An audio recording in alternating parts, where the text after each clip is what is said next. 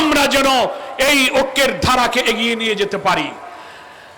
ইসলামী আন্দোলন বাংলাদেশের পক্ষ থেকে জামাত ইসলামী নেতৃবৃন্দকে এই সমাবেশে আমন্ত্রণ জানিয়ে আমাদেরকে কৃতজ্ঞতা ভাষায় আবদ্ধ করেছেন। আমি জামাত ইসলামের পক্ষ থেকে ইসলামী আন্দোলন বাংলাদেশ তার সম্মানিত আমির মুফতি সৈয়দ মোহাম্মদ রেজাউল করিমকে আন্তরিক ধন্যবাদ জানিয়ে মহান আল্লাহ প্রধান অতিথি ইসলামী আন্দোলন বাংলাদেশের সংগ্রামী আমির মুফতি সৈয়দ মোহাম্মদ রেজাউল করিম পীর সাহেব চরমনাই হাফিজাহুল্লাহ, যিনি বাংলাদেশের ইসলামিক এবং দেশপ্রেমিক শক্তির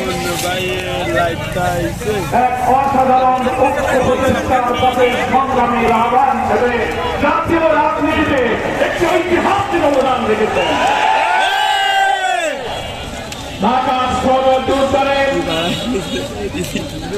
গত মাসের বিশাল ঐতিহাসিক জনসমুদ্রের পীর সাহেব চরমনাইয়ের ডাকে ফ্যাসিবাদ বিরোধী আন্দোলনের রাজপথে যারা একটি নতুন বাংলাদেশের জন্য জীবন দিয়েছিল, সংগ্রাম করেছিল, আহত রক্তাক্ত হয়ে এখন তারা একটা নতুন মুক্তির জন্য দিন গুনছে। রাজনৈতিক শক্তির প্রতিষ্ঠাকারী সকল দলকে তিনি এক মঞ্চে উপস্থিত করে একটি অনন্য ইতিহাস তৈরি করেছে। আজকে তিনি আমাদের এই মঞ্চে প্রধান অতিথি। মঞ্চে উপবিষ্ট আছেন ইসলামী আন্দোলন বাংলাদেশের সম্মানিত মহাসচিব, অন্যান্য কেন্দ্রীয় নেতৃবৃন্দ, বাংলাদেশ জামাত ইসলামী, এনসিপি, গণ অধিকার পরিষদ, খেলাফত মজলিস সহ অন্যান্য রাজনৈতিক দলের সংগ্রামী নেতৃবৃন্দ, সাংবাদিক বন্ধুগণ, মুআজ্জাজ উলামায়ে কেরাম, আজকে দক্ষিণ বাংলার এই গুরুত্বপূর্ণ ঐতিহাসিক বাবরি চক্রে সমবেত শ্রাবণের বৃষ্টিমুখর দিনে আমার সংগ্রামী পূর্ণবাসী সবাই আল্লাহ কি ভালো আছেন? আলহামদুলিল্লাহ। আমি আগে সর্বপ্রথম আল্লাহ তাআলার শুকরিয়া জানাই, এই বৃষ্টি বাদলের দিনেও আল্লাহর দিনের কাফেলার ঝান্ডা নিয়ে তারা রাজপথে সংগ্রামের লড়াই করে গিয়ে এসেছেন। আজকে বৃষ্টির মধ্যে বসে থেকে এই সমাবেশকে আপনারা সফল করেছেন, আলহামদুলিল্লাহ। বাংলাদেশ জামাত ইসলামীর সংগ্রামী আমির, বাংলাদেশের রাজনীতিতে নতুন বাংলাদেশের স্বপ্ন সারথী ডাক্তার শফিকুর রহমান, তিনি আজকের এই সমাবেশের সম্মানিত প্রধান অতিথি চরমনাইয়ের পীর সাহেবকে তাকে আন্তরিক সালাম জানিয়েছেন এবং জনসভায় উপস্থিত নেতৃবৃন্দ খুলনাবাসীকে তিনি সালাম দোয়া এবং শুভেচ্ছা জানিয়েছেন। আমি তার পক্ষ থেকে আপনাদের দেশে সালাম পৌঁছে দিচ্ছি। প্রিয় খুলনাবাসী, আজকে মানুষ বৃষ্টি, বাদল, রোদ, ঝড় সব প্রতিকূলতা উপেক্ষা করে কেন রাজপথে নেমেছে, কেন এই মহাজাগরণ তৈরি হয়েছে? তার কারণ হল 24শে জুলাইয়ের গণ অভ্যুত্থানে এই জাতির যে গণ আকাঙ্ক্ষা ছিল, রাজপথে আমাদের সোনার সন্তানেরা স্লোগান দিয়েছিল, উই ওয়ান্ট জাস্টিস, আমরা একটি সুবিচারপূর্ণ সমাজ চাই। প্রায় 2000 মানুষের জীবন, 20,000-এর অধিক মানুষ আহত হয়েছিল।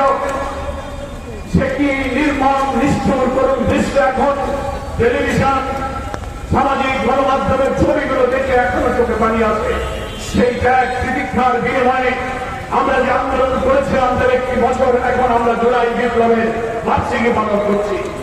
সেই ঐতিহাসিক জুলাইতে ইসলামী আন্দোলন বাংলাদেশের এই বিশাল গণসমাবেশে দাঁড়িয়ে আমরা বলতে চাই, আজকে দেশপ্রেমিক ইসলামী শক্তির মধ্যে নতুন বাংলাদেশ তৈরি করার জন্য ফ্যাসিবাদ বিরোধী চেতনা লালন করে যে ধারা এগিয়ে যাচ্ছে, সেই ধারাকে যে কোনো মূল্যে আমাদেরকে এগিয়ে নিতে হবে ইনশাআল্লাহ।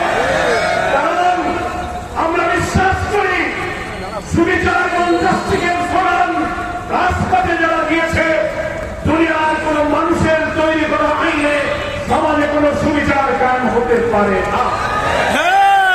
মানুষ পক্ষপাতিত্ব করতে পারে, মানুষ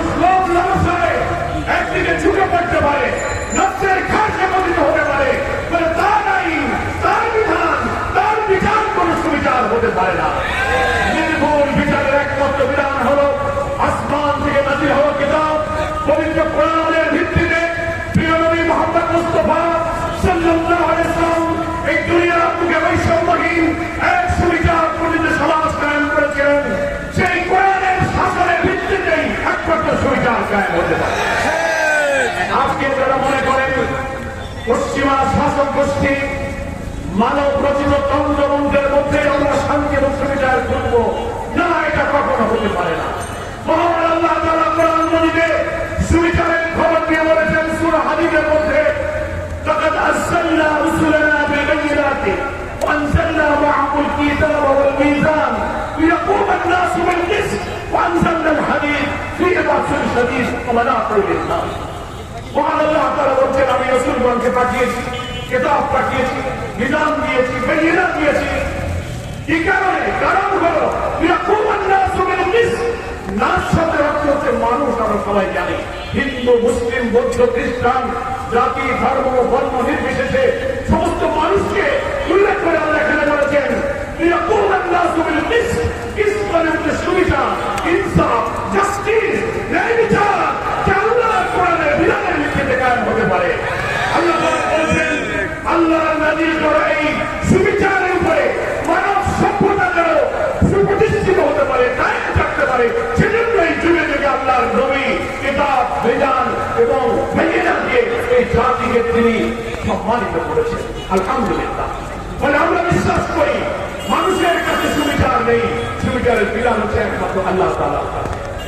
ইসলামী আন্দোলন বাংলাদেশ, জামাত ইসলামী সকল ইসলামী শক্তি বিশ্বাস করে আর মানবতন্ত্র রচিত বিধিবিধান এদেশে সব পরীক্ষা পেয়ে গেছে। ৭৪ বছরের স্বাধীনতায় সব দলের শাসন আমরা দেখেছি, মানবরচিত বিধান আমরা দেখেছি। একটাই শুধু পরীক্ষা হবে বাকি, কোরআনের আইন। আর সব দেশ মানুষের নেতৃত্ব হলে রাষ্ট্রটা কেমন হবে চাকরি শুধু সেটাই দেখতে বাকি আছে। সেই কারণে দেশ বীর মাসায় ইসলামিক স্কলার, রাজনৈতিক শক্তি এখন একটি ঐক্য এবং সম্ভাবনার পরিবেশ তৈরি করেছে। আলহামদুলিল্লাহ। সেই পথে আমরা দেখতে পাচ্ছি যখনই ইসলামী দল, ঐক্যবদ্ধ দেশপ্রেমিক রাজনৈতিক শক্তি ঐক্যের একটি পরিবেশ এবং সম্ভাবনা তৈরি করেছেন, সাথে সাথে একটি অপশক্তিও এই শক্তি যেন আঘাতে না করে তার জন্য কিন্তু দেশি বিদেশি ষড়যন্ত্র কিন্তু শুরু হয়েছে। দুর্ভাগ্যজনক, চরমনায় বিশ্বের মধ্যে একজন আল্লাহর ওলি মানুষের বিরুদ্ধে রাজনৈতিক দল গণমাধ্যমে কথা বলছেন, আমরা তার চিৎকার জানাই। এটা তার বিরুদ্ধে বক্তব্য নয়, ইসলামী মূল্যবোধের প্রতীক যিনি, তার বিরুদ্ধে কথা বলার অর্থ হল ইসলামী সমাজ, রাষ্ট্র, ঐতিহ্য এবং আদর্শের বিরুদ্ধে কথা বলা।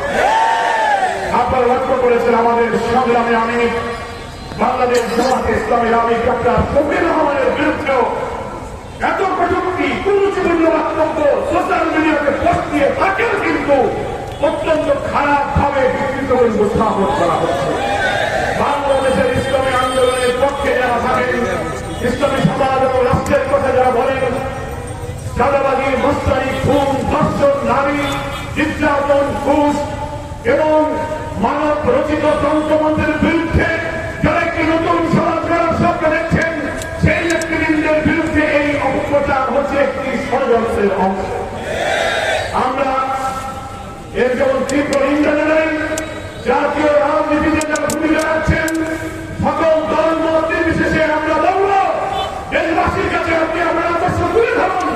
আপনার চরিত্র আদর্শগুলি জনগণ পছন্দ করে লোকেরা আপনাকে ভোট দেবে, কিন্তু আপনি ব্যক্তির বিরুদ্ধে মিথ্যা প্রচার করেন কেন, অসত্য তথ্য দেন কেন? যারা জীবনে একটি মিথ্যা বলে নাই, চুরি করে নাই, হারাম খায় নাই, তাদের বিরুদ্ধে অশ্লীল কথা বলে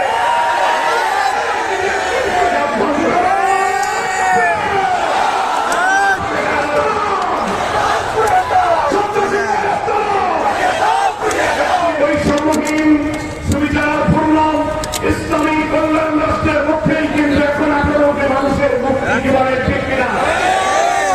যদি কেউ লোক ভয় দেখায়, এই বক্তব্য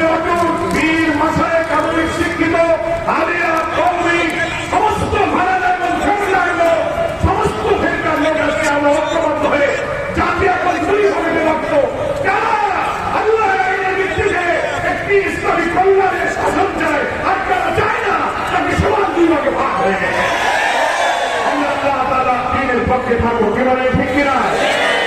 আমার ভাইরা, এমন নতুন বাংলাদেশ আমরা চাই যেখানে ক্ষুধা দারিদ্র অনাচার অভিযান থাকবে না, অন্নহীনের কর্মব্যথা বস্তুহীনের এখনো থাকবে না, অর্থ পাচার লুটপাট আইন আদালতকে ব্যবহার করে ভিন্নবাদকে দমন করা,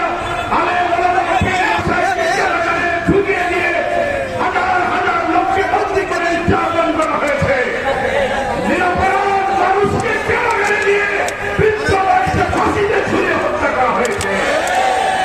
আমাদেরকে মর্যাদা দেওয়া হয় নাই, ক্রস করা, রিমান্ড, জঙ্গি বানিয়ে 16-17 বছরের তেরো যুগে একটি জাতিবাদী শাসন আমরা পার করেছি। আমরা আগামী জাতীয় নির্বাচনকে এই কারণে নিরপেক্ষতার দাবি করে বলেছি, নির্বাচন নিরপেক্ষ করতে হলে অন্তর্বর্তীকালীন সরকারকে অবাধ এবং সুষ্ঠু নির্বাচনের জন্য একটি ইলেকট্রাল সিস্টেম প্রয়োজন। নির্বাচনের দাবি আমরা করেছি।